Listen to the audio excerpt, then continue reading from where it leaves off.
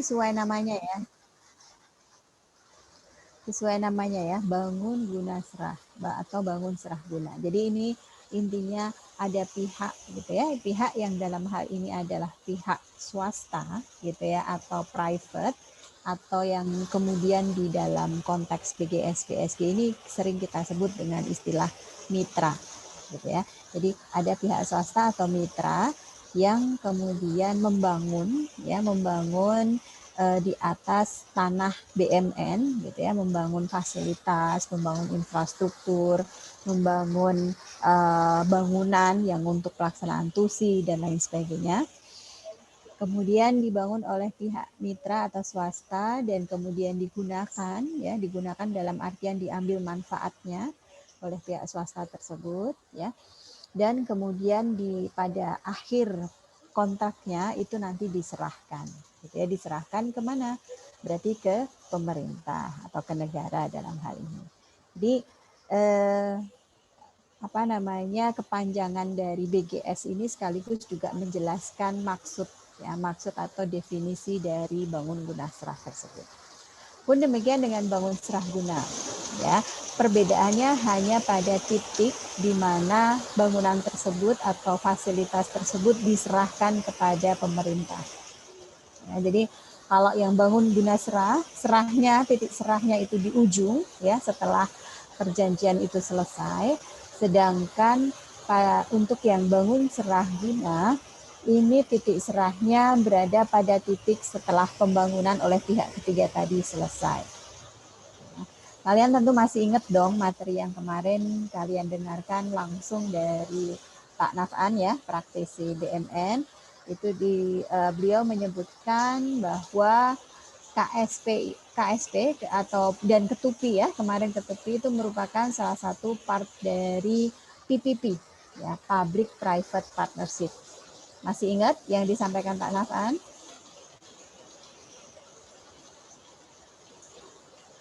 Masih terkait PPP ya, Public Private Partnership. Jadi di sini kerjasama antara pihak pemerintah dan swasta, gitu ya. Nah, kerjasama pihak dan swasta itu di dalamnya ada ketupi kemarin ya yang sudah disampaikan Pak Nafan. Nah, bangun guna serah dan bangun serah guna ini juga merupakan salah satu contoh dari PPP juga, gitu ya, dari PPP yang kemarin kalian pelajari, gitu ya. Nah, kenapa PPP Bu? Ya karena di sini ada peran dari private gitu ya. Ada peran dari private untuk membangun ya dalam hal ini ya. Untuk membangun fasilitas atau aset yang pada ujungnya nanti menjadi barang milik negara. Nah, kenapa sih Bu kita harus melibatkan swasta? Nah, pertanyaan berikutnya seperti itu ya. Kenapa kita tidak bangun sendiri dari APBN? Kan APBN kita banyak. Gitu. Nah, ini pertanyaan menarik kalau seperti itu ya. Kita tahu bahwa APBN itu memang banyak gitu ya. Tetapi kita juga APBN juga mempunyai keterbatasan ya, punya keterbatasan yang mana pemerintah itu sudah mempunyai prioritas-prioritas ya.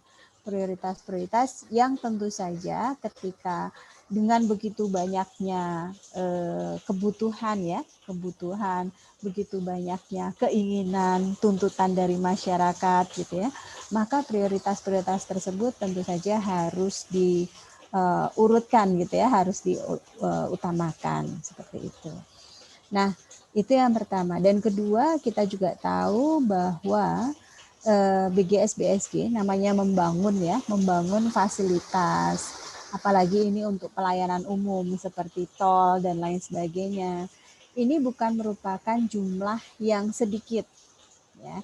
Kalau di pelajaran manajemen keuangan yang sudah kalian pelajari di semester lalu ya. Nah, ini capital yang keluar sangat besar dengan jumlah yang sangat besar untuk pembangunan sesuatu gitu ya, itu sering kita sebut dengan capital budgeting ya. Dan ini jumlahnya sangat besar, bisa jadi sangat besar ya. Kalau di manajemen keuangan kalian contohnya itu waktu itu diberikan contoh Disney World gitu ya. Disney World itu juga, pembangunan Disney World juga merupakan salah satu bentuk dari capital budgeting. Nah, sama, membangun infrastruktur, membangun fasilitas layanan umum untuk penyelenggaraan tugas dan fungsi kementerian lembaga, itu semua juga merupakan bentuk capital budgeting yang jumlahnya bisa sangat besar gitu ya.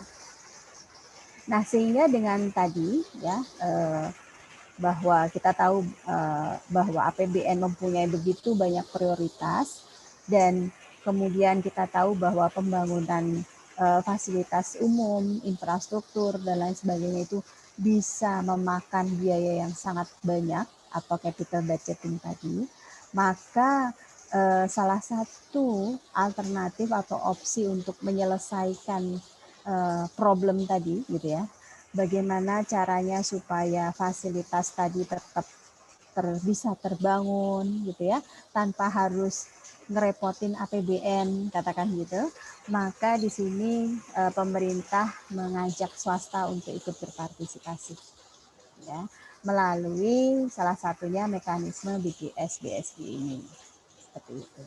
Nah, diharapkan dengan adanya BGS BSG ini merupakan jembatan ya, jembatan dari permasalahan tadi. Fasilitas penyelenggaraan umumnya tersedia, gitu ya. APBN juga tidak terhabis ya, tidak fokusnya masih bisa ke prioritas-prioritas tadi, seperti itu. Ya. Itulah kenapa untuk BGS BSG ini objeknya itu lebih kita batasi hanya pada tanah gitu ya. Hasil BGS-nya memang nanti berupa berupa bangunan atau infrastruktur ya. Tetapi objek BMN-nya yang ikut dikerjasamakan itu adalah tanah. Jadi nanti BMN atau pemerintah punya tanah, ya, punya BMN berupa tanah, kemudian di atasnya dibangun bangunan atau fasilitas umum tadi. Gitu.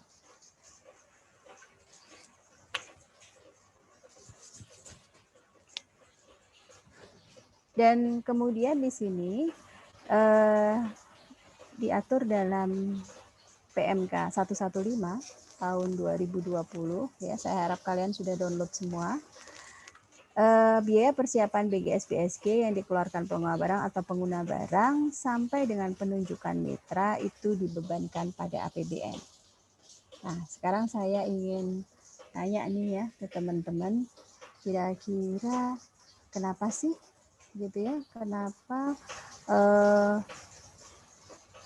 biaya persiapan BGS gitu ya? Biaya persiapan BGS sampai dengan mitranya itu ditunjuk mesti dibebankan pada APBN. Kenapa nggak sekalian ke mitranya, Bu? Gitu. Biar APBN-nya lebih hemat gitu ya. Kira-kira kenapa? Izin menjawab, Bu. Silahkan. Menurut saya sih karena sebagai kan kalau waktu masih persiapan hingga penunjukan itu kan belum ada mitra yang terpilih, Bu. Jadi untuk menarik para mitra juga untuk mau bekerja sama dengan pemerintah, jadi biaya yang di awal itu dibebankan pada APBN, dan juga sebagai apa ya istilahnya, mitra itu kan sudah membangun dengan dana mereka sendiri. Nah, untuk sebelum-sebelumnya ditanggung dengan APBN itu untuk menarik mitranya sih, Bu, lebih kalau saya. Oke, untuk menarik mitra ya, bisa diterima ya, bisa diterima. Ada lagi yang mau menambahkan? Izin menjawab, Bu. Silahkan, Mas Patrick. Kalau saya, Bu, mikirnya kalau kan dalam penunjukan mitra ada kemungkinan terjadi pembatalan, Bu, jika tidak ada persetujuan gitu, persetujuan kedua belah pihak. Jadi kalau dibebankan kepada mitra, jadi kan agak sulit prosesnya jika sudah biaya dibebankan tapi tidak terjadi persetujuan pada akhirnya, Bu. Oke, good. Artinya apa, Mas? Artinya pemerintah ingin menjaga independensinya ya, menjaga independensinya, kemudian menjaga supaya tidak ada konflik of interest seperti itu ya, karena kita tahu bahwa pihak swasta ini, pihak calon mitranya ya, itu belum ditunjuk. Kalau kita sudah mengarahkan atau membebankan biaya persiapannya ke mereka, maka yang terjadi adalah nanti hasil tendernya bisa jadi tidak tidak clean gitu ya, karena kita berarti sudah tahu bahwa mitra tertentu yang akan menjadi pemenang dan lain sebagainya, seperti itu. Jadi kita ingin dengan adanya biaya persiapan dibebankan pada APBN itu bukan berarti boros atau bagaimana ya, tapi lebih pada menjamin independensi kita sebelum mitra itu ditunjuk gitu ya, sebelum ditunjuknya mitra seperti itu. Oke,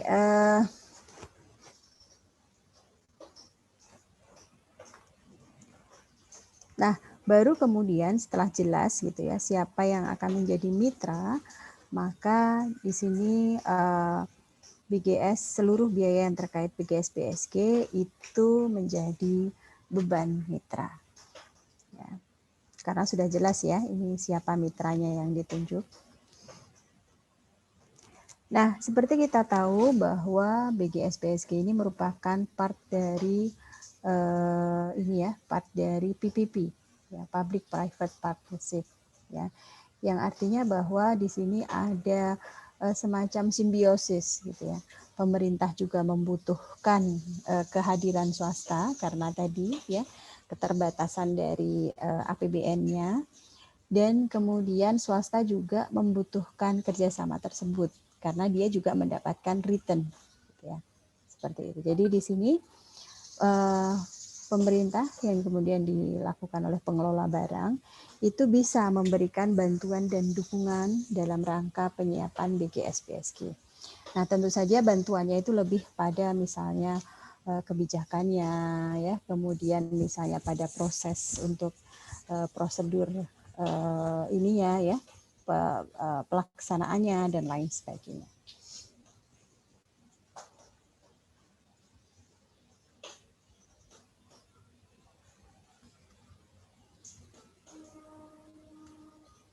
Nah, kemudian di sini di pengaturan teknisnya, ya, di sini ada dua jenis return yang diperoleh oleh pemerintah. Jadi di sini tidak hanya pihak swasta yang memperoleh return ya.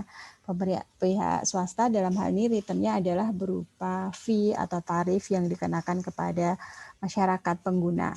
Ya. Nah, dalam hal ini sebagai cost bagi swasta itu adalah return yang diberikan kepada pemerintah. Ya, sehingga di sini pemerintah juga mendapatkan return, ya, bukan hanya berupa aset yang berhasil dibangun, tapi juga return yang diberikan atau disetorkan secara tahunan, yang sering kita sebut dengan kontribusi tahunan. Ya. Dan kemudian selain itu, BGS BSG ini juga menghasilkan return berupa hasil BGS BSG. Gitu ya. Jadi hasil BGS BSG ini umumnya berupa yang aset tadi yang berhasil dibangun. Gitu ya. Nah, seperti itu.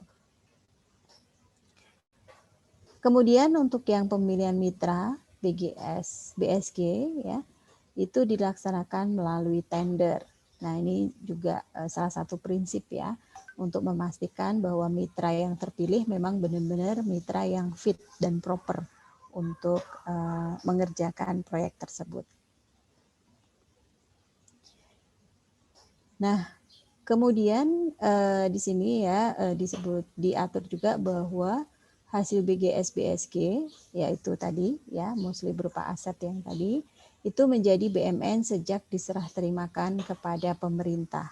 Ya, jadi hasil BGS-PSG berupa infrastruktur, kemudian bangunan atau fasilitas pelayanan umum tadi gitu ya, itu dihitung menjadi BMN sejak diserah terimakan kepada pemerintah.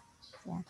Kita tahu bahwa di sini ya di istilah ini bangun guna serah dan bangun serah guna. Titik serahnya yang berbeda. Ya. Sehingga di sini titik serah yang berbeda ini juga menentukan kapan aset tersebut diakui sebagai BMN. Ya, ini hasilnya ya, berupa hasil ya. Jadi bukan BMN yang berupa tanahnya tadi, gitu ya. Kalau tanah kan memang sejak awal adalah BMN. Nah, ini adalah hasil atau bangunan atau jaringan infrastruktur ya yang dibangun oleh pihak mitra tadi.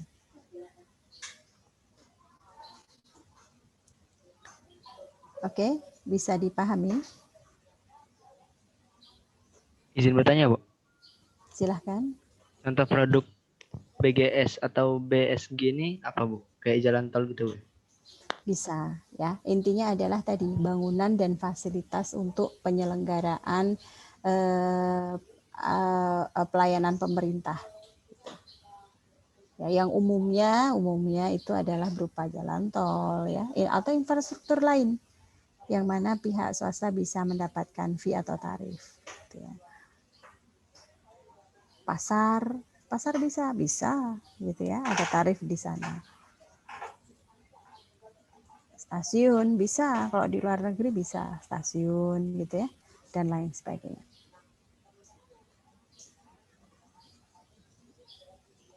Izin bertanya, Bu. Ya, silakan. Tadi kan pemilihan mitra itu melalui tender. Gimana kalau yang ikut tender itu cuma satu mitra? Apakah harus menunggu mitra lain yang mendaftar atau langsung dikasihkan ke dia aja? Ya, kalau untuk mitra secara umum itu meskipun katakan tender pertama ya, tender pertama itu tidak berhasil gitu ya, maka secara umum memang harus dilakukan tender ulang gitu. Ya, defaultnya seperti itu. Nah, baru kalau sudah 2 kali dilakukan tender ulang tidak ini, maka bisa dilakukan apa ya istilahnya ya, kayak penunjukan gitu ya. Nah, khususnya untuk infrastruktur yang ini ya, infrastruktur yang yang khusus yang sifatnya khusus, tapi sekarang jarang kali ya kalau yang sifatnya khusus ya. Semuanya bisa lah dibangun itu ya. Nah, itu pada umumnya mitranya tidak begitu banyak gitu ya, kalau memang itu sifatnya khusus. Nah, ini yang memang menjadi tantangan ya, karena belum tentu dengan pembangunan tersebut ya, tidak khusus pun gitu ya, itu banyak mitra yang tertarik, belum tentu ya. Mereka namanya swasta ya, bisnis itu pasti akan melihat return, ya enggak? Risk dan return. Risikonya tinggi enggak? Sebanding nggak dengan return yang diterima seperti itu. Sehingga ini seperti kayak tarik ulur juga ya. Jadi maksudnya pemerintah harus atau kalian juga ya nanti ya sebagai manajer, aset manager itu harus pintar-pintar mencari gap, mencari peluang gitu ya, supaya kalau memang ada proyek yang diinginkan gitu ya atau direncanakan, maka ini bagaimana return itu bisa menarik pihak swasta, ya. Tapi di sisi lain itu tetap maksudnya return bagi pemerintah itu juga tetap bagus gitu ya. Jadi maksudnya swasta tertarik, tapi pemerintah juga tidak dalam posisi yang dirugikan seperti itu.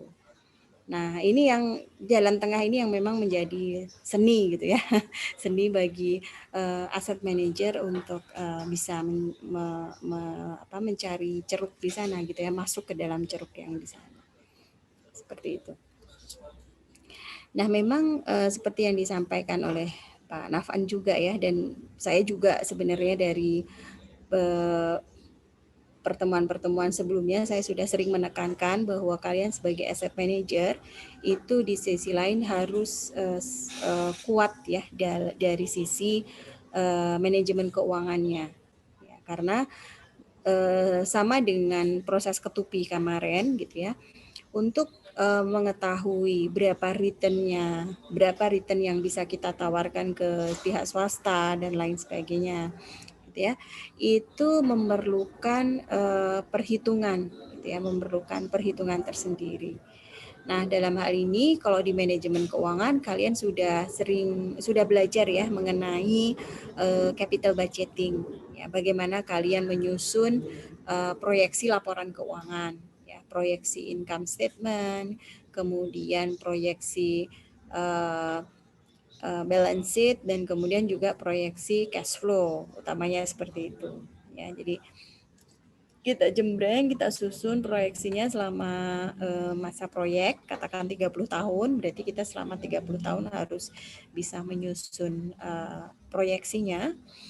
Kemudian kita proyeksikan, jadi kalau proyeksi keuangan berarti kita proyeksikan revenue-nya ke depan, dan kemudian kita proyeksikan juga cost-nya atau expense yang harus ditanggung dalam proyek tersebut gitu ya. Dan ingat, ini adalah proyeksi atas keuangan proyek ya. Jadi project financing ya, bukan proyeksi laporan keuangan entitas, bukan. Tapi proyeksi financing atas suatu proyek ya. Sehingga akan sedikit berbeda dengan penyusunan proyeksi laporan keuangan tentu saja. Seperti itu. Nah, kemudian semua tadi sudah kalian proyeksikan, kemudian kalian bawa ke posisi 0 gitu ya, ke tahun 0, kemudian kalian hitung NPV IRR-nya. Ya, seperti itu. Nah, ini kalian harus bisa gitu ya menyusun proyeksi tersebut. Ya, seperti kemarin disampaikan oleh Pak Nafan juga gitu ya. Sama, di Ketupi juga sama. Nah, nanti yang menjadi challenge itu seringkali adalah menentukan asumsi. Ya, seperti yang saya sampaikan di mata kuliah manajemen keuangan juga. Saya kurang tahu nih, kalian kelas saya enggak tuh? Bukan ya? Bukan. Oke. Di situ yang menjadi challenge itu seringkali adalah menentukan asumsinya. Gitu ya, asumsi growth-nya berapa nih, inflasi berapa nih, gitu ya. Terus kemudian nanti penerimaannya berapa, ya, seperti itu. Cost-nya berapa. Nah, ini nih asumsi-asumsi yang mendasari penyusunan proyeksi, dan itu tidak mudah ya untuk menentukan gitu. Harus ada dasarnya. Jadi setiap kalian membuat itu harus ada pertimbangannya. Misalnya, kenapa kalian membuat tingkat inflasi sekian? Nah, kalian harus ada literatur yang mendasari kenapa kalian menentukan asumsi inflasi katakan sebesar 7%. Katakan. Oke, ini berdasarkan proyeksi BPS ya, selama, atau kemudian ini tren yang rata-rata tren yang ditunjukkan oleh BPS, katakan gitu. Jadi ada source yang kalian percaya, dan kemudian itu menjadi dasar dalam perhitungan kalian. Oke, ada lagi? Bu. Silahkan ya. Untuk perbedaan BGS dengan BSG itu di mananya, Bu? Di titik serahnya, Mas. Titik serahnya. Maksudnya jadi gimana, Bu? Ya. Jadi gini, kan ini tadi ya yang ini kelihatan kursor saya? Oh, yang minta ini ya, Kelihatan Bu. Ya. Yang saya tunjuk ini menyebutkan bahwa hasil BGS BSG menjadi BMN sejak diserah terimakan. Nah, ini yang membedakan ya. Jadi kalau bangun guna serah, berarti ini titik serahnya ada di akhir, di ujung. Ya, sehingga hasil BGS BEGS-nya itu menjadi BMN pada akhir kontrak. Ya, katakan sekarang kita punya kontrak BGS BSG selama 30 tahun. Ya, 30 tahun. Oke. Nah, pada tahun ke-0 pihak swasta membangun katakan jalan tol lah yang kita sudah sebutkan tadi ya. Membangun jalan tol di tahun ke-0. Ya. Terus kemudian selesai, katakan dalam waktu 2 atau 3 tahun selesai. Terus kemudian setelah selesai digunakan, ya digunakan oleh pihak swasta. Digunakan tuh gimana? Ya dioperasikan gitu ya. Jadi pihak swasta selesai membangun, kemudian dia mengoperasikan, membuka gerbang-gerbang tol tadi, kemudian menarik tarif ya, menarik fee dari masyarakat ya, digunakanlah itu. Kemudian mereka nyetor ini kontribusi tahunannya ke pemerintah ya, setiap tahun dari hasil tadi dibagi-bagi nih, ada bagi hasilnya segala macam ya. Dan kemudian itu namanya digunakan. Nah, nanti pada ujungnya di tahun ke-30 si aset tadi ya, jalan tolnya itu diserahkan ke pemerintah untuk kemudian dicatat sebagai BMN. Seperti itu. Nah, sedangkan bangun serah guna itu titik serahnya ada di setelah pembangunan itu selesai. Ya. Contoh yang sama yang tadi ya, jalan tol dibangun selama 3 tahun, kemudian kerjasamanya untuk 30 tahun. Ya. Nah, dibangun selesai di tahun ketiga ya, selesai di tahun ketiga. Nah, pada saat itu diserahkan ke pemerintah. Serahkan ke pemerintah, ke pengelola barang gitu ya. Nama pengelola barang pada saat itu langsung dicatat sebagai BMN. Gitu ya. Nah, baru setelah itu dioperasionalkanlah oleh pihak swasta tadi gitu ya. Kemudian sama, pihak swasta akan memberikan kontribusi tahunan. Oke. Jadi perbedaannya di titik serah. Ya. Perbedaan impact lanjutannya apa, Bu? Ya banyak ya. Jadi nanti pada saat pengakuan depresiasi ya, otomatis karena sudah kalau dibangun serah guna itu kan karena diserahkannya setelah pembangunan itu selesai gitu ya, maka otomatis pencatatannya ada di pemerintah dan kemudian depresiasinya juga melekat pada pemerintah gitu ya yang mencatat si aset tersebut. Oke, bisa dipahami, Mas? Bisa, Bu. Kalau untuk biaya persiapan dan biaya pembangunan itu juga murni dari APBN nggak, Bu? Ya, untuk persiapan sebelum mitra ditunjuk itu dibebankan pada APBN. Tapi kalau setelahnya itu dibebankan pada mitra.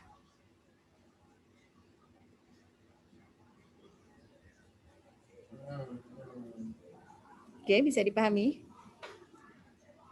Nah, ini berbeda ya. Tadi yang kita omongin dicatat pada saat selesai pembangunan atau dicatat setelah operasionalnya selesai. Itu semua adalah pencatatan atas aset hasil BGS BSG. Ya, tadi kalau BGS BSG-nya membangun jalan tol, berarti yang dimaksud di sini BMN-nya adalah jalan tol tadi. Nah, tapi berbeda dengan yang BMN yang memang menjadi objek KSP sejak awal, yaitu tanah di mana si hasil BGS BSG tadi dibangun. Tanah di mana jalan tol tadi dibangun. Ya. Kalau tanah ini dari awal memang dia BMN. Ya. Dari sejak awal dia BMN. Nah, tapi pada saat nanti dioperasionalkan gitu ya, pada saat nanti perjanjian BGS maupun BSG ini selesai, maka pencatatan ini agak sedikit harus menyesuaikan. Ya. BMN kalau berupa tanah, sekarang saya tanya ya, BMN kalau berupa tanah biasanya dicatat di mana? Di akun apa? Aset, Bu. Ya, aset apa dong? Aset banyak loh. Aset tetap. Tangible asset. Hah? Di mana?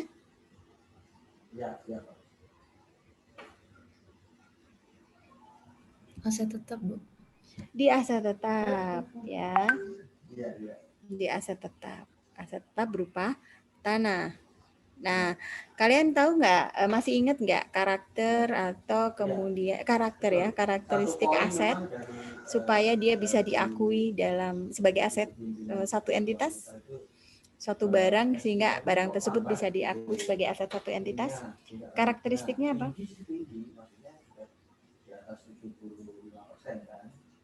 Tapi kok lambat gitu, kenaikannya lambat. Jadi orang gitu, lambat gitu. Apa ini? Saya juga bilang apa mungkin mereka terlalu nyaman gitu. Dapat identifikasi. Ya, apalagi selain itu?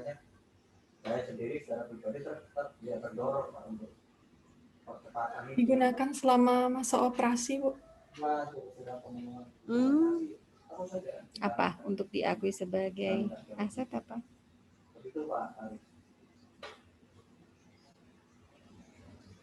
Ada yang manfaat ekonomi? Iya, economic benefit ya, adanya economic benefit yang diperoleh oleh entitas tersebut. Betul. Ya, itu yang pertama, yang kedua tentu saja adanya nilai yang bisa diukur, ya kan? Masih ingat kan ya? Nah, ini economic benefit ini. Nah, economic benefit. Nah, ini tentu saja menjadi titik awal ya, suatu barang itu bisa diakui sebagai aset. Nah, sekarang saya tanya, misalnya aset udah dikerjasamakan, ya udah menjadi objek kerjasama. Kira-kira pemerintah bisa mendapatkan direct economic benefit dari aset tersebut tidak?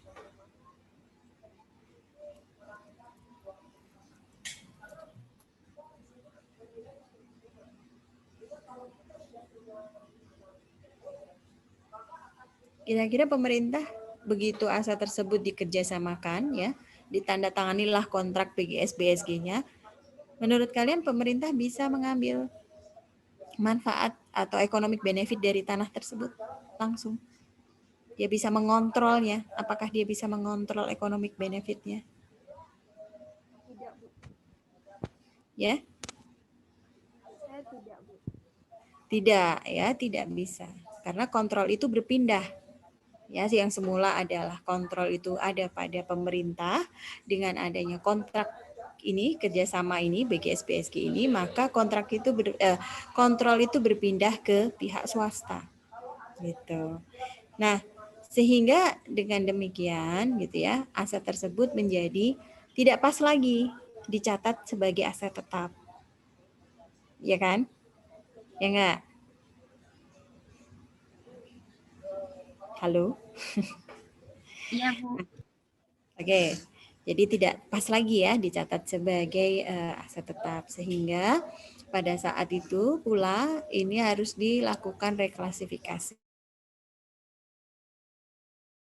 Semula ada pada aset tetap, tanah pada aset tetap, direklas ke aset lainnya. Ya, aset lainnya yang mana di bawah aset lainnya itu ada beberapa akun. Ya, ada akun yang pertama akun ATB, aset tak berwujud. Nah, yang kedua ini yang tepat nih, yaitu aset kemitraan dengan pihak ketiga. Ya, jadi pada saat aset tersebut dikerjasamakan karena pemerintah sudah tidak mempunyai kontrol penuh atas economic benefitnya, maka pada saat itu harus direklas dari aset tetap, ya, tanah, ke aset lainnya, yaitu di akun kemitraan, aset kemitraan dengan pihak ketiga. Oke, bisa dipahami? Bisa, Bu. Nah, oke, pencatatan ini khusus untuk tanahnya ya, teman-teman ya. Kalau hasil BGSG-nya ini ya, tetap ya, yang saya tunjuk ini ya. Jadi ini BMN-nya, titik BMN-nya kapan itu mengikuti ini. Tapi yang saya sebutkan adalah aset tanah di mana objek atau di mana si fasilitas itu akan dibangun. Nah, itu dari awalnya memang dia adalah BMN.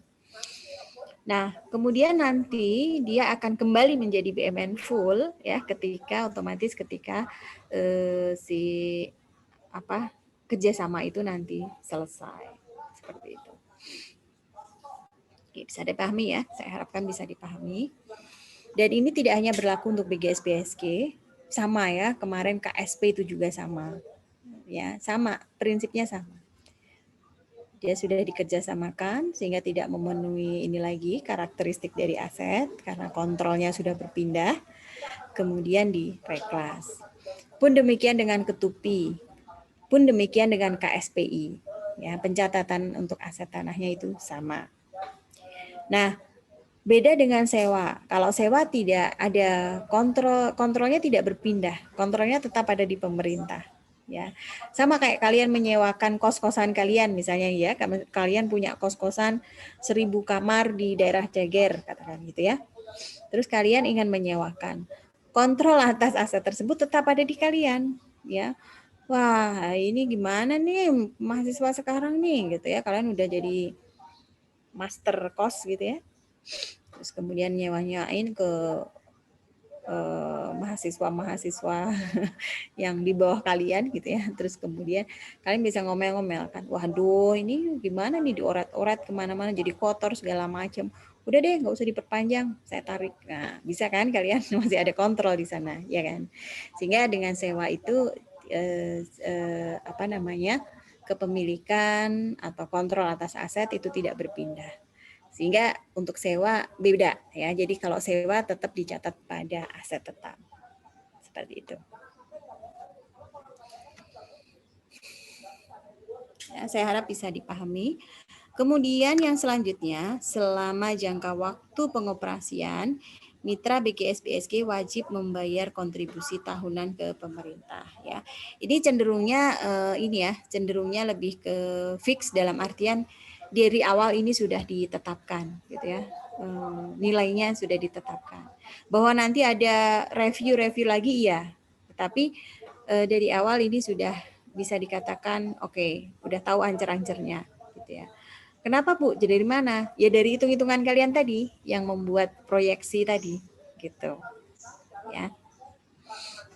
Nah, tapi tentu saja ini harus disesuaikan dengan inflasi ya. Ya jangan sampai nanti pemerintah rugi-rugi banget gitu ya. Nah, kemudian untuk pelaksanaan BGS BSG. Oke, ini kita masuk ke teknis pelaksanaannya. Sebelumnya ada yang mau ditanyakan tentang konsep BGS BSG?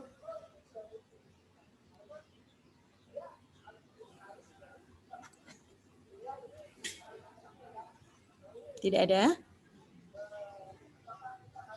Belum ada, Bu. Oke, kalau belum ada kita lanjut ya. Jadi di sini BGS BSG itu terdiri atas tanah BMN tadi yang saya sampaikan bahwa pada saat kerjasama maka ini harus direklas tadi ya. BGS BSG terdiri atas tanah BMN dan hasil BGS BSG berupa bangunan hasil BGS BSG. Minimal 10% dari hasil BGS BSG digunakan langsung oleh pemerintah untuk pelaksanaan TUSI. Ya, artinya gini. Jadi misalnya kalian melihat jalan tol, ya jalan tol itu di ujung-ujungnya di gerbang-gerbangnya itu kan pasti ada pos-pos ya nggak? Ya, ada kantor dinas PU, kantor dinas perhubungan atau kepolisian di sana, ya. Nah, itu kan kantor pemerintah. Nah, ini masuk ke dalam skim yang ini, yang 10%. Ya, digunakan untuk pelaksanaan TUSI dari pemerintah, ya, untuk memonitor lalu lintas, ya, Kementerian Perhubungan, untuk memastikan bahwa semua fasilitas itu sesuai dengan standar, ya. Standar yang ditetapkan pemerintah atau kemudian running properly, pengecekan dan lain sebagainya, maka di situ ada kantor dinas katakan Kementerian PUPera. Ya. Dan kemudian juga ada kepolisian untuk memastikan misalnya ada kecelakaan dan lain sebagainya untuk memastikan bahwa semua peraturan lalu lintas itu ditaati. Seperti itu. Ya, jadi di sini bisa dimungkinkankah Bu untuk menggunakan sebagian dari aset hasil BGS BSG itu untuk pelaksanaan TUSI? Boleh, ya. Dan itu sering kalian temui ketika kalian ada di jalan tol, khususnya di gerbang tol. Ya, contohnya itu. Nah, kemudian yang kedua, di sini ada yang disebut kontribusi awal. Ya, kontribusi awal itu dibayarkan oleh pihak swasta atau pihak mitra tadi sebelum perjanjiannya ditandatangani. Ya. Nah, ini menjadi nilai plus buat pemerintah, tapi nilai minus buat mitra ya. Kira-kira kenapa itu? Kenapa mitra menjadi nilai minus bagi mitra untuk kontribusi awal ini?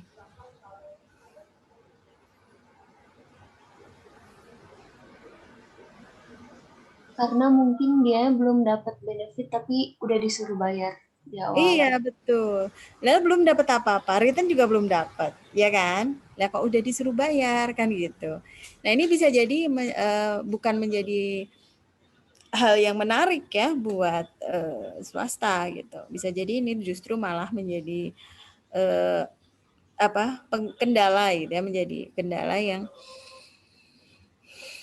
memberatkan bagi mitra. Oke, kemudian lanjut, kita di sini ada hasil yang berupa kontribusi tahunan dan hasil BGS BSG. Nah, kontribusi tahunan itu dihitung ya, dihitung dengan tadi yang kalian bikin proyeksi laporan tadi gitu ya. Terus kemudian baru dari sana kalian hitung kira-kira kontribusi tahunannya berapa. Tentu saja di sini harus memperhitungkan atau mempertimbangkan penyelenggaraan tusi pemerintah ya. Nah, penyelenggaraan tusi pemerintah tentu saja ini merupakan kontribusi ya dari swasta, sehingga ini harus di appreciate ya, harus direspek oleh pemerintah dalam bentuk ini ya, pertimbangan untuk kontribusi tahunannya. Terus kemudian nilai wajar dan kelayakan bisnis mitra.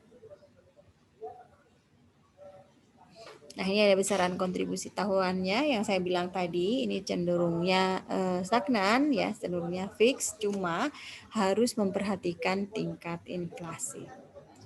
Nah, untuk hasil BGS BSG-nya sendiri itu berupa fasilitas yang dibangun di atas tanah, BMN tadi.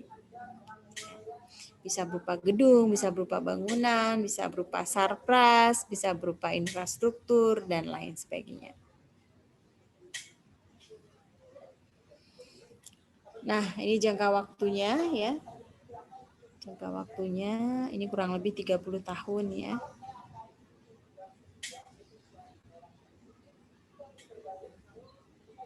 Jangka waktu pengoperasian dimulai sejak BGS BSG siap dioperasikan atau paling lama 2 tahun setelah perjanjian ditandatangani.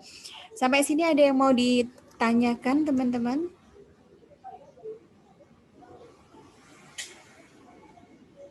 Kira-kira cukup jelas nggak? Bisa membayangkan nggak BGS BSG itu seperti apa? Bisa? Bisa, Bu. Oke, bisa ya. Nah, sekarang ini BGS BSG ini memang belum ada contohnya ya untuk BMN ya. Jadi tidak hanya karena ini PMK-nya masih baru banget ya, PMK 115, tapi memang sejak awal ada konsep BGS BSG ini yang di PP 6 tahun 2006 pun ini juga memang belum ada contohnya gitu. Nah, ini justru yang menjadi pertanyaan menarik ya, dan itu bisa loh diangkat, bisa banget kalian angkat dalam KTTA kalian gitu ya. Mengapa BGS BSG itu pemerintah pusat belum banyak dilakukan gitu ya. Nah, itu bisa banget kalau kalian mau ngambil seperti itu gitu ya. Nah, itulah kenapa saya tidak akan banyak menceritakan terkait prakteknya. Tapi kalianlah yang nanti dalam pembelajaran hari ini itu mencari prakteknya langsung di internet gitu ya, melalui kalian nyari literatur terkait penerapan BGS BSG. Nah, kalau di kita ya itu istilahnya bangun guna serah, bangun serah guna. Tapi kalau di literatur sana, apalagi literatur luar ya, maka ini sering disebut dengan BTO BOT, BOT BTO ya. Build own transfer atau build transfer own. Ya, jadi kalau nanti kalian nyari, maka kata kuncinya itu selain BGS BSG bisa juga kalian pakai BOT dan BTO. Ya, seperti itu. Nah, saya harapkan kalian mencari literatur terkait BOT BTO, penerapan BOT BTO, bisa swasta dengan swasta, bisa Pemda dengan swasta, bisa pemerintah desa dengan swasta gitu ya. Kalian yang penting kalian cari literaturnya, kemudian coba kalian pelajari ya, dan kalian bandingkan dengan yang ketentuan yang ada di PMK 115 atau yang di pengelolaan BMN ini. Ya. Nah, nanti kalian bandingkan utamanya pada poin-poin seperti prosedurnya, ya. Kemudian poin untuk proses tendernya, poin untuk bagi hasilnya, jangka waktunya, monitoring dan evaluasinya, penyesuaian tarif jika diperlukan gitu ya, sampai ke one prestasi. Bagaimana ketika ada one prestasi atau sanksinya ya, sanksinya seperti apa.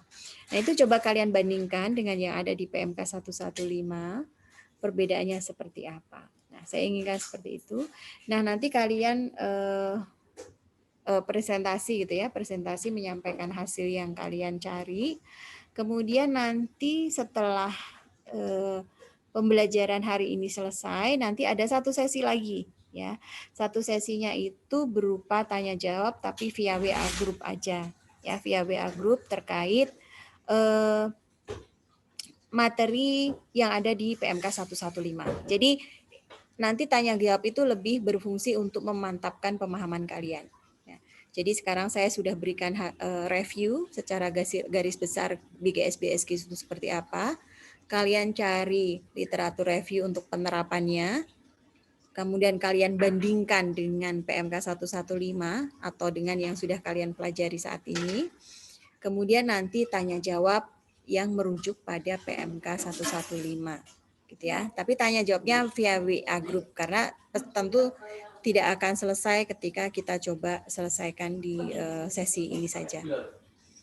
Oke, mungkin itu ya. Jadi saya akan bagi kalian ke dalam 9 grup ya, 9 grup. Kemudian kalian coba cari literatur, bandingkan poin-poin yang tadi saya sebutkan ya. Kemudian nanti pada pukul kurang lebih 1 jam lah ya, 45 menit dari sekarang, itu nanti kalian berkumpul lagi ke sini, ke main room, untuk kemudian kita bahas bersama. Ya, dan kemudian nanti setelah selesai kita lanjutkan dengan tanya jawab via WA group. Tanya jawabnya nggak terbatas ya, bisa sampai ke sesi selanjutnya gitu ya, minggu depan gitu ya. Saya tidak akan batasi, sepanjang kalian ada belajar terus kemudian mengalami kesulitan, buka 115 terus kemudian kalian ingin bertanya, ya feel free aja gitu ya. Oke. Sebelumnya saya ingin foto kalian dulu untuk bukti pembelajaran. Oke, 1, 2, 3. Oke, terima kasih. Bentar ya, saya bagi ke dalam 9 kelompok dulu, saya acak aja.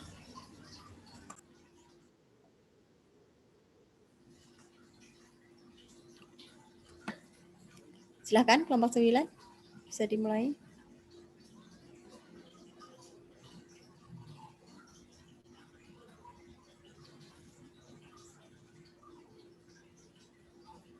Siapa nih yang kelompok 9?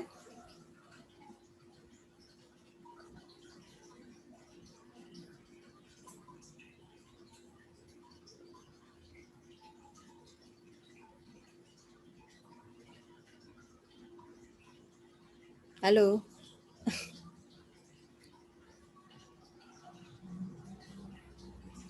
Tadi nggak ada nama ininya, kelompoknya. Kelompok 9 nggak ada?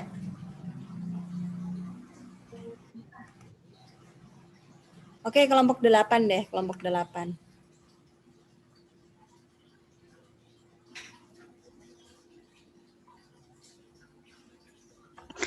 Iya, jadi saya sama Ignas dari kelompok 8 tadi kita menyoroti yang belum selesai sih Bu, tapi udah sebagian.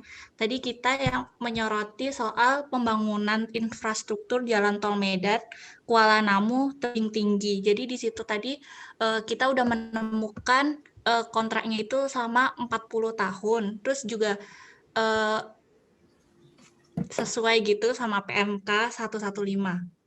Terus juga di Bukan situ sesuai tidak ya, tapi lebih pada mungkin gini Mbak Ines, ceritakan dulu ini objeknya apa ya, kemudian perjanjian kerjasamanya itu antara pihak mana dengan pihak mana gitu ya, terus kemudian baru kamu bandingkan ya. Jadi objek kerjasamanya apa, terus kemudian kamu bandingkan jangka waktu untuk yang di sini berapa, yang kamu literatur kamu berapa, kemudian di PMK 115 berapa gitu. Jadi ini bukan sesuai tidak ya, karena kalau peraturannya beda tentu saja tidak harus sesuai ya kan. Jadi kalau misalnya ada swasta gitu ya, swasta ya tentu saja dia acuannya akan berbeda dengan BMN ya. Dia tidak akan menggunakan PMK 115. Seperti itu. Coba Mbak Ines bisa diulangi.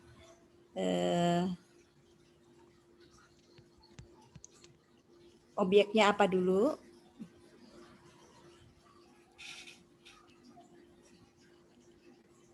Mbak Ines? ya Bu, bentar. Oh, oke. Mungkin bisa dibantu sama temennya, Mas siapa tadi? Saya Bu.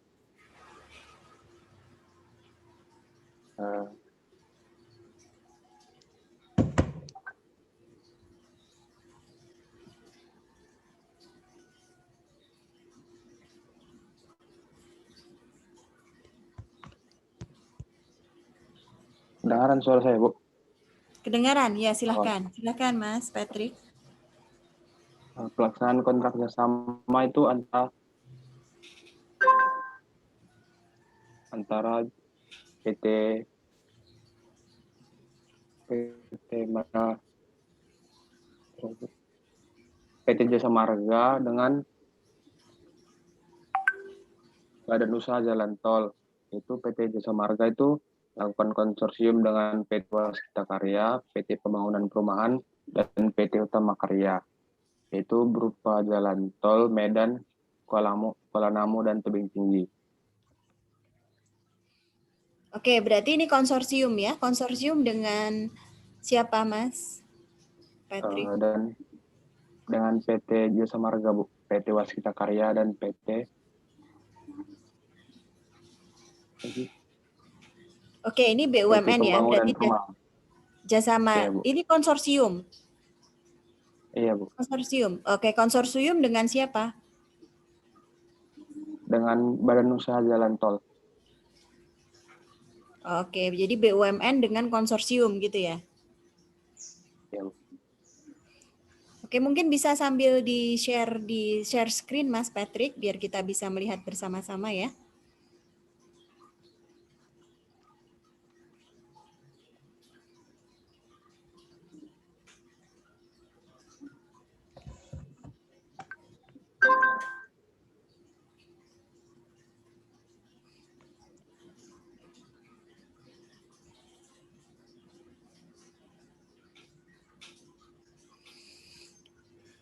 Oke.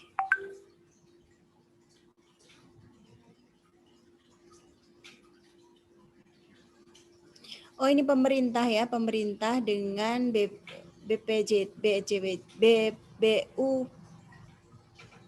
Badan Usaha Penyediaan Internasional.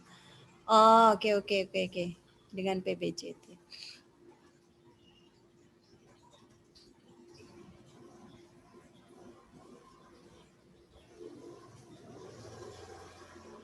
Oke. Nah, ini sudah ada satu nih ya. BOT, tetapi ini sepertinya objeknya bukan BUMN ya. Jadi kita tidak bisa jadikan contoh yang bisa diangkat tadi di materi yang tadi karena di sini tidak melibatkan BUMN sepertinya. Coba terus next Mas. Jadi coba sambil dijelaskan.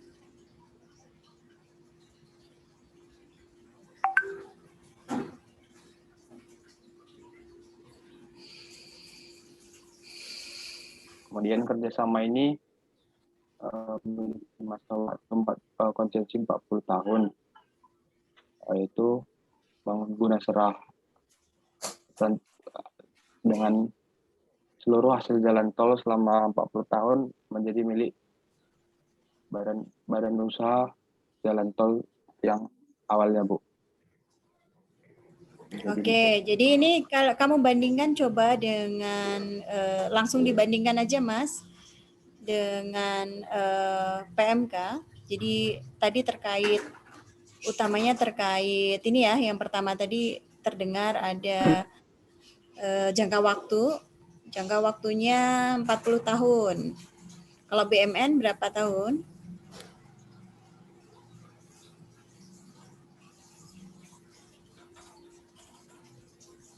20 ya, Bu ya? Di PMK 115, coba. Tadi sudah dibandingkan belum?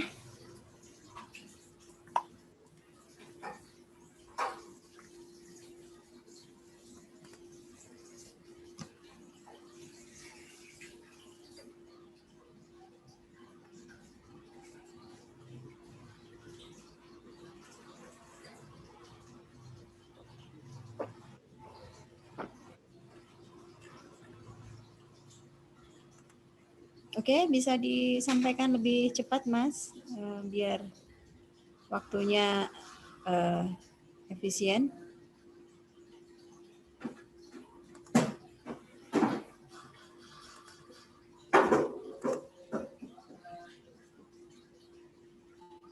Jangka waktunya adalah paling lama berapa?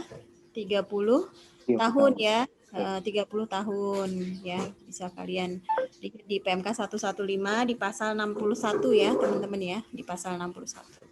Oke, lanjut Mas.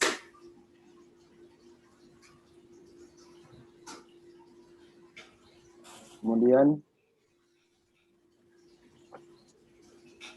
selama masa konsesi 40 tahun seluruh hasil jalan tol hasilnya akan diberikan kepada BUJT, Badan Usaha Jalan Tol.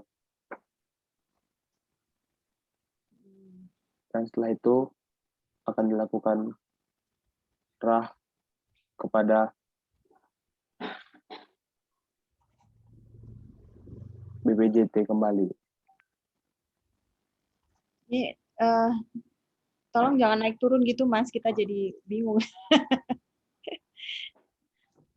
Poinnya di mana gitu? Poinnya yang kamu tunjuk seperti ya, di mana?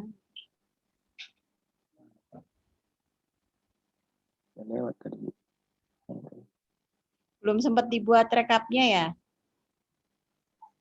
Belum, Bu, kelamaan nyari itunya, Bu, apa artikelnya. Oke. Kalau naik turun ini sepertinya teman-teman jadi bingung juga. Mending ditutup deh Mas, langsung aja ke poin-poinnya.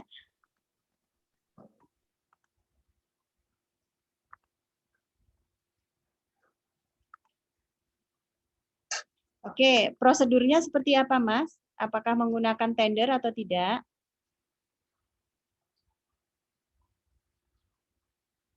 Iya, Bu, prosedurnya tidak melalui tender, Bu, langsung pemilihan kepada PT Jasa Marga dengan negosiasi tertentu.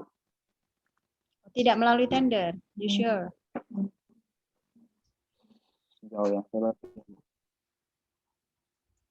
Oke, nanti kita coba baca lagi ya teman-teman ya.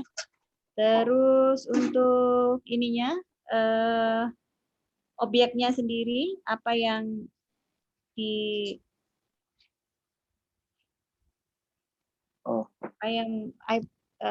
BUMN-nya memberi objeknya apa, kemudian dari pihak swastanya objeknya apa gitu ya, pemerintah apa, dari swastanya apa gitu. Terlihat di literaturnya tidak? Ada, Bu. Jarak mulai dari Tanjung Merawa ke Parbarakan sepanjang 10,7 km. Ini Kemudian, asetnya ya, jadi aset yang dibangun ya. Oke. kemudian dari Parbarakan Namu sepanjang 7 km. Kemudian dari Parbarakan hingga ke Lubuk Pakam sepanjang 4,9 km. Kemudian dari Lubuk Pakam menuju Perbaungan sepanjang 12,4 km. Kemudian dari Perbaungan Teluk Mengkudu sepanjang 9,6 km. Kemudian dari Perbaungan Teluk Mengkudu sampai ke Seirampah panjang 7,8 km. Dan dari Seirampah ke Tebing Tinggi panjang 9,3 km. Oke, sementara pemerintah apa yang diberikan dari pemerintah kepada proyek BUT tersebut? Proyek tersebut, Bu, dari Tanjung Merawa ke Parbarakan dan dari Ini aset yang dibangun atau yang di support? Kan ini pemerintah sama swasta ini saling ini ya, kalau di BOT itu memberikan, dua-duanya itu memberikan kontribusi ya dalam proses BOT itu. Jadi kalau di contoh case BMN, ini pemerintah kontribusinya antara lain berupa BMN, ya barang milik negara, plus beberapa mungkin kemudahan dan lain sebagainya ya, kemudahan perizinan atau lain sebagainya. Nah, tapi yang jelas ada kontribusi pemerintah berupa BMN tadi. Dan kemudian swasta membangun jalan tol, ya. Sementara di sisi lain dia mendapatkan return. Nah, kalau di literatur yang kamu baca, pemerintah kontribusinya seperti apa dan kemudian pihak swasta kontribusinya seperti apa?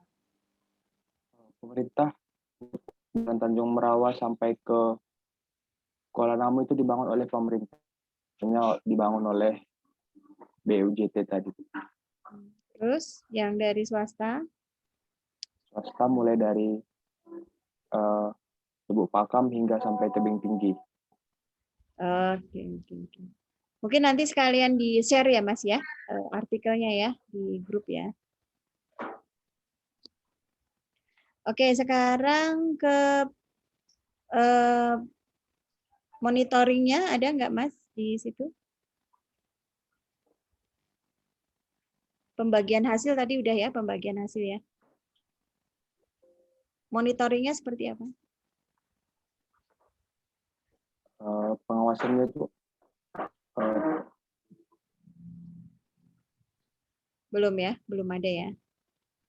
Oke, terima kasih Mas Patrick untuk perkenannya mempresentasikan.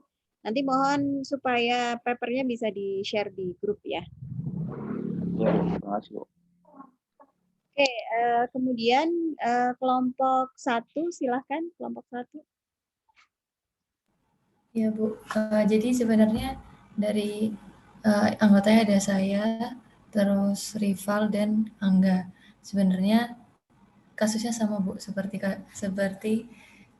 kelompok sebelumnya, yaitu pembangunan jalan tol Medan, Kuala Namu, dan Tebing Tinggi. Nah, yang kita dapatkan itu ada beberapa, kan ini pembangunan itu di tahun 2015 Bu, jadi peraturan yang digunakan sama PMK yang sekarang itu berbeda. Nah, perbedaannya itu ada yang disebutkan tadi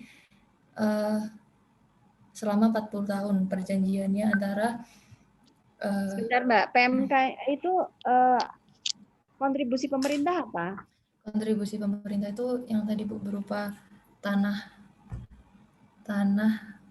di mana tadi? Tanah BMN. Iya, tanah BMN Bu. Jadi berarti memang ada BMN ya, kontribusi pemerintah ada BMN di sana ya. Pelaksanaan BOT-nya ini tuh dilaksanakan setelah pelelangan tanah minimal 75% telah dilakukan. Jadi kalau tanahnya sudah dilelang selama sebagai 75%, baru BOT-nya ini bisa dilaksanakan Bu. Jadi kan tanah ini tuh sudah masuk punya pemerintah. Terus perjanjian ini tuh antara Kementerian Pekerjaan Umum melalui BPJT, yaitu Badan Pengaturan Jalan Tol, dengan BJUT. BJUT-nya ini termasuk 4 perusahaan, yaitu ada Jasa Marga, Waskita Karya, PT Pembangunan Perumahan, dan Utama Karya. Namun saham terbesarnya itu ada di Jasa Marga. Nah, tujuan untuk pelaksanaan ini itu dari pemerintah itu untuk mewujudkan infrastruktur untuk kesejahteraan rakyatnya. Nah, kalau untuk dari mitranya itu untuk mencari keuntungan. Terus pelaksanaannya itu melalui pelelangan, Bu. Untuk menentukan mitranya ini tuh melalui pelelangan, dan yang memenangkan pelelangan itu adalah 4 PT tadi yang digabung dalam BJUT. Gitu. Nah, untuk ada beberapa perbedaan dengan PMK 115 yang sekarang itu untuk bagi hasilnya. Jadi kan kalau di PMK 115 itu 115 itu kan ada kontribusi tahunan, Bu, yang dari mitra ke pemerintah. Nah, tapi kalau yang di 2015 ini tuh pelaksanaannya jadi di akhir sebelum 40 tahun, kan masanya tuh 40 tahun. Nah, sebelum 40 tahun itu berakhir, PT BJUT-nya ini tadi tuh harus membayarkan minimal 10% dari hasil keseluruhan jalan tol. Terus ada kayak fasilitas rest area dan lain-lain. Penerimaan semua itu dibayarkan ke pemerintah di sebelum masa berakhirnya kontrak 40 tahun itu tadi. Seperti itu. Terus ada juga perjanjian antara BJUT dan BPJT-nya itu terkait kenaikan tarif tol di setiap 2 tahun yang didasarkan pada CPI. Terus untuk monitoring itu pemerintah memberikan bukan syarat sih, kayak bahwa BJUT ini tuh harus memelihara jalan tol ini selama 40 tahun tersebut dan menyerahkan kembali dalam keadaan dan kondisi yang baik. Oke, terima kasih Mbak Nafila untuk penjelasannya. Oke, kita next ke kelompok lain ya. Jadi silakan kelompok berapa nih ya enaknya ya? Kelompok 3 deh, kelompok 3.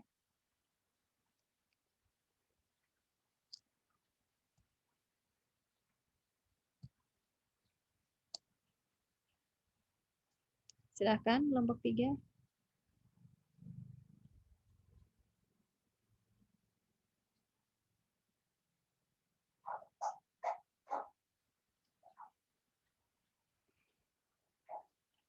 Tidak ada kelompok 3?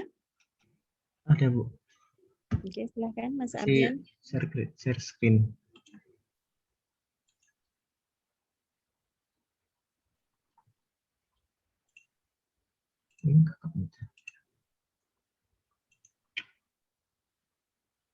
Sudah terlihat ya?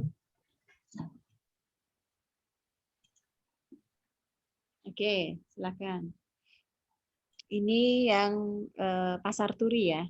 Iya.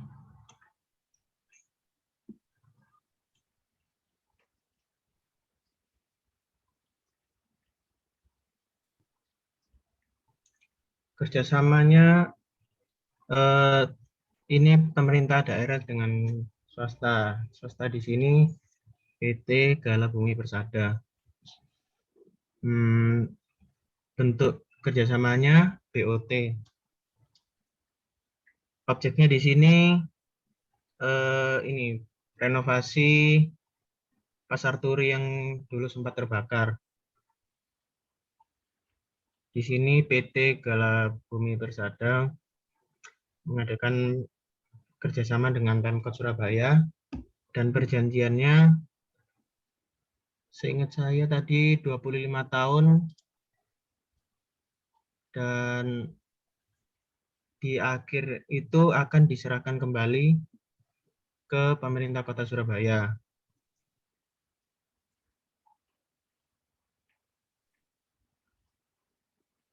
selanjutnya ada permasalahan yang dialami dalam praktek kerjasama ini ada 5, yaitu kendala menyangkut pengosongan lahan. Di sini disebutkan bahwa pengosongan lahan itu ditanggung oleh pemerintah Kota Surabaya. Sedangkan kalau di peraturan itu, di peraturan PMK ada biaya persiapan yang itu seharusnya dibebankan pada mitra. Namun bisa juga pengelola barang dalam kasus ini adalah pemerintah kota bisa memberikan bantuan, yakni pengosongan lahan tersebut. Yang kedua adalah masalah pajak dan retribusi. Ini kelompok kami masih bingung karena tidak disebutkan masalah pembayaran pajak dan retribusi di dalam kerjasama pemerintah daerah dan swasta. Oh, ada 4. Yang ketiga, ini sempat masuk di gugatan ya, karena direktur utamanya itu melakukan penipuan terhadap 12 pedagang dengan menjual 12 stand untuk toko di Pasar Turi. Sedangkan dalam perjanjian itu tidak tertera penjualan hak pakai atau apa gitu. Intinya untuk keuntungan pribadi direktur saja. Yang keempat ini harusnya kendala politik. Ini kami juga belum menemukan di jurnal ini. Selain itu sudah sesuai dengan peraturan, Bu. Semuanya. Oke, kalau yang tadi yang kendala yang adanya moral hazard tadi ya, yang kemudian menjual ruko tadi, itu penyelesaiannya seperti apa, Mas Fadil?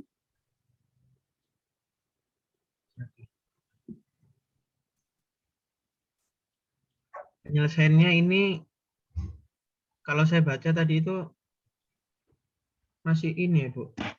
Saya bacanya masih sampai gugatan dari 12 pedagang itu. Hasilnya saya belum tahu. Kita belum bisa konfirmasi ya, apakah Wan prestasinya tindak lanjutnya akan seperti apa. Oh ya. Oke, baik. Jangka waktu tadi 25 tahun ya, jangka waktu 25 tahun. Kemudian dengan tender juga ya, Mas ya? Iya, dengan tender. Dengan tender.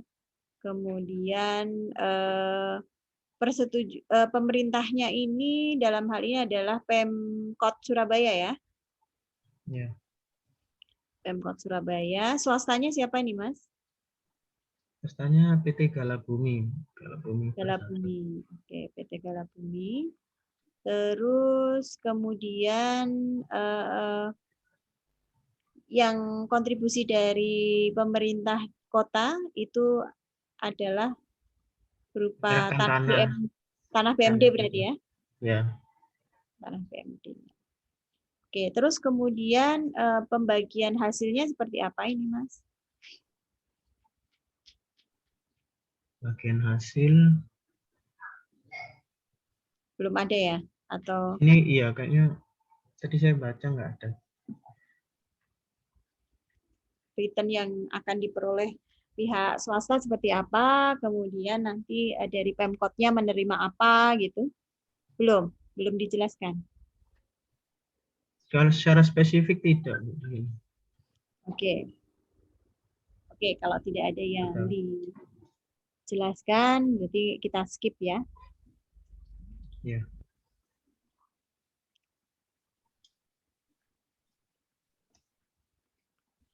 Oke, good. Terima kasih Mas Fadil. Nanti bisa di-share ya untuk literaturnya. Kita masih ada satu lagi nih, sepertinya masih 10 menit. Kelompok 5 barangkali. Kelompok 5 belum kan ya? Silahkan kelompok 5.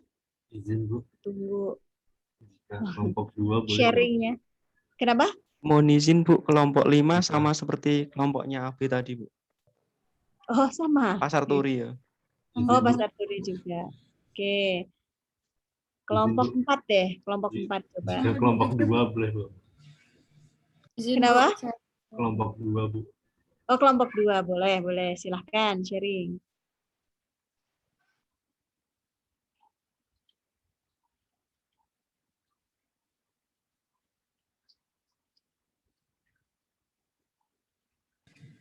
Mantap, terima kasih Mas Edo. Izin share screen, Bu. Ya, silahkan.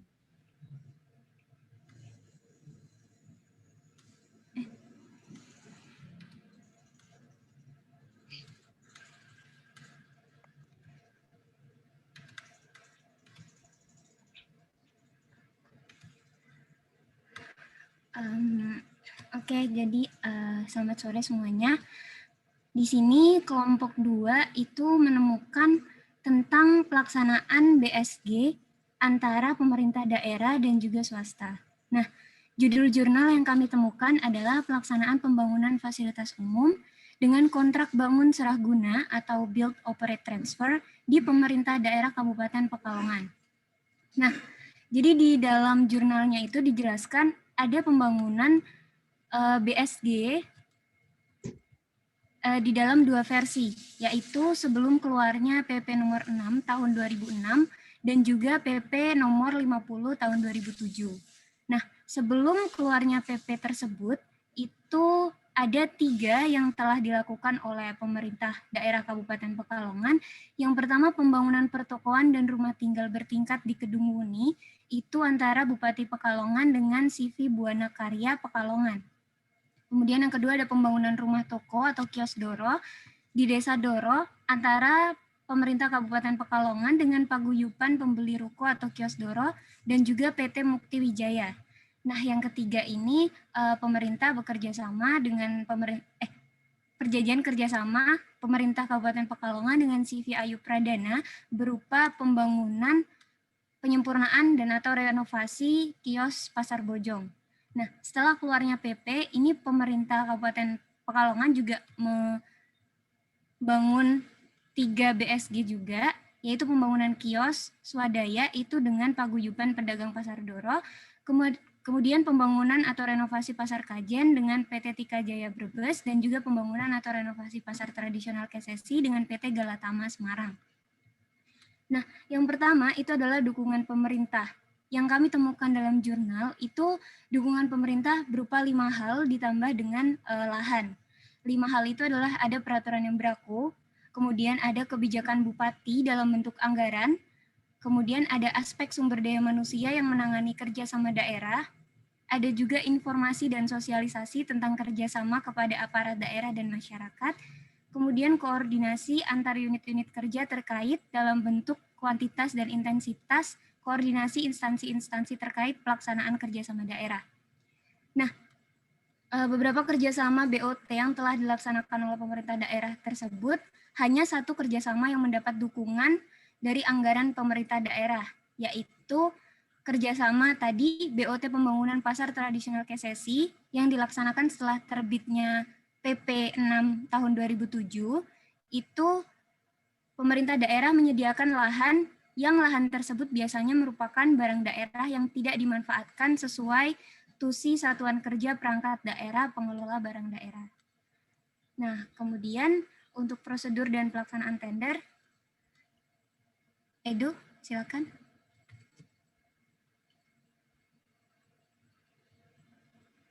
Mas Edo. Oh, Patrick. Oh, Patrick. Ya, izin Bu. Di sini untuk prosedur dan pelaksanaan tender, di prosedur BSG sebelum keluarnya PP itu mereka menggunakan hukum perdata, terutama pasal 1320 yang mengatur tentang syarat perjanjian dan asas kebebasan berkontrak, itu pasal 1338 ya.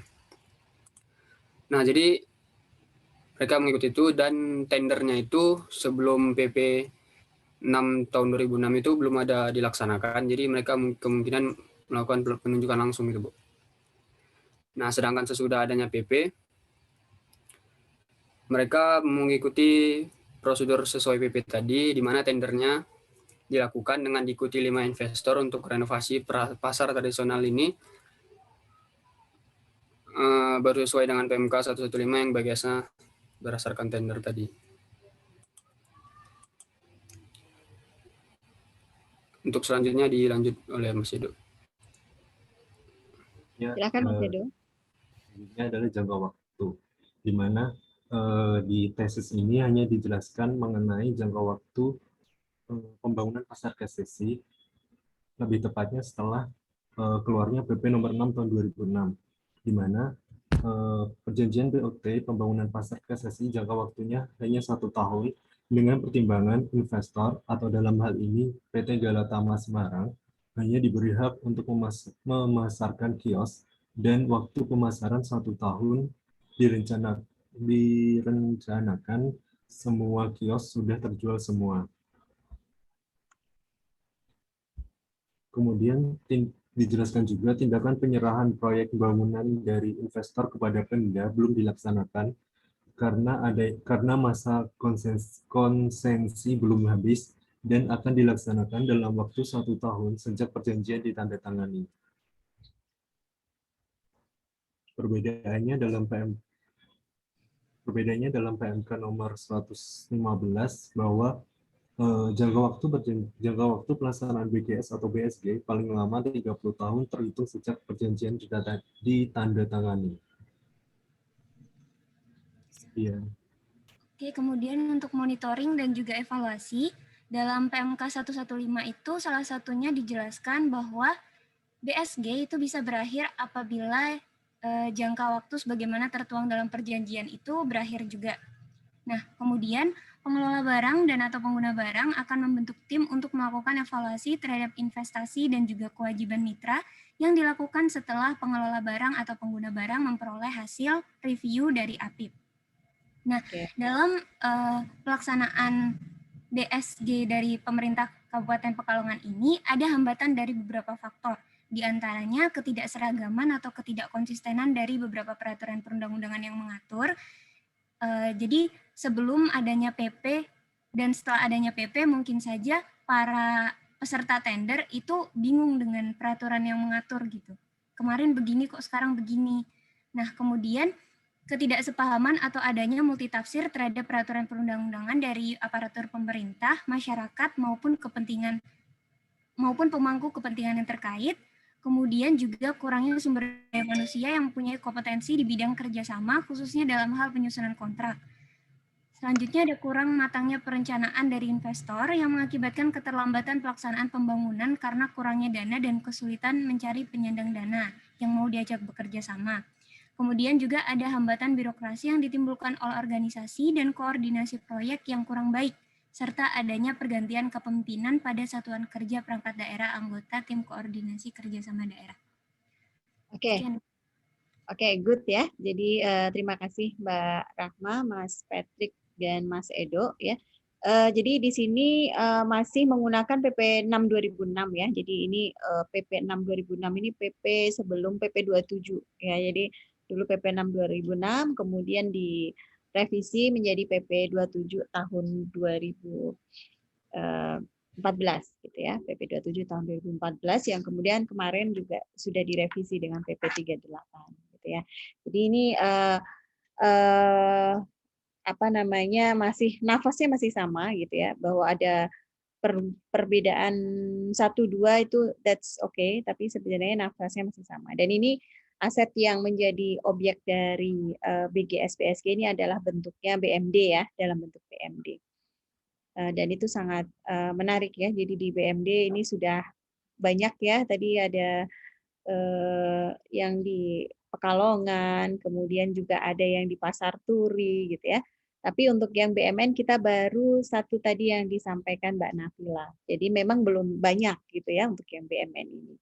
Dan itu menjadi pertanyaan kenapa gitu ya. Kenapa BMN ini tidak banyak. Oke, ini sudah pukul 16.30. Jadi seperti yang kita sepakati tadi, untuk sesi selanjutnya proses pembelajaran ini adalah dengan tanya jawab. Jadi kalau ada dari PMK 115, kemudian kalian ada poin yang kalian ingin tanyakan, silahkan feel free ya untuk menanyakan.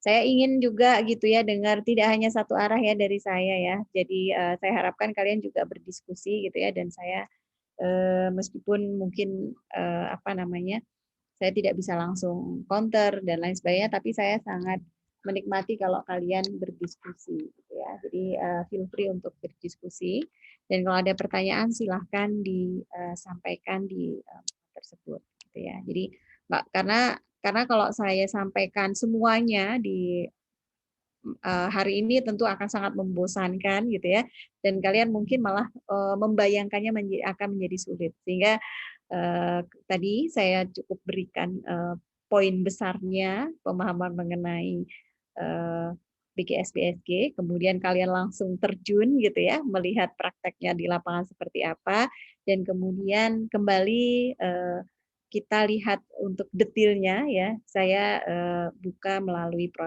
tanya jawab ya, tanya jawab melalui WA group. Jadi silahkan feel free kalau mau ada yang ditanyakan di PMK 115 yang sekiranya kalian tertarik untuk mendengar lebih lanjut. Seperti itu ya teman-teman ya. Oke, karena waktunya sudah habis. Oh ya, sebelumnya tadi literaturnya yang sempat kita bahas minta tolong di-share ya di grup ya. Jadi ini biar bisa dibaca juga sama teman yang lain. Oke. Terima kasih untuk pertemuan ini, dan kemudian jaga selalu kesehatan ya teman-teman ya. Oke. Oke, take care ya. Assalamualaikum. Waalaikumsalam. Terima kasih, Bu. Terima kasih, Bu. Terima kasih, Bu. Terima kasih. Jaga kesehatan ya.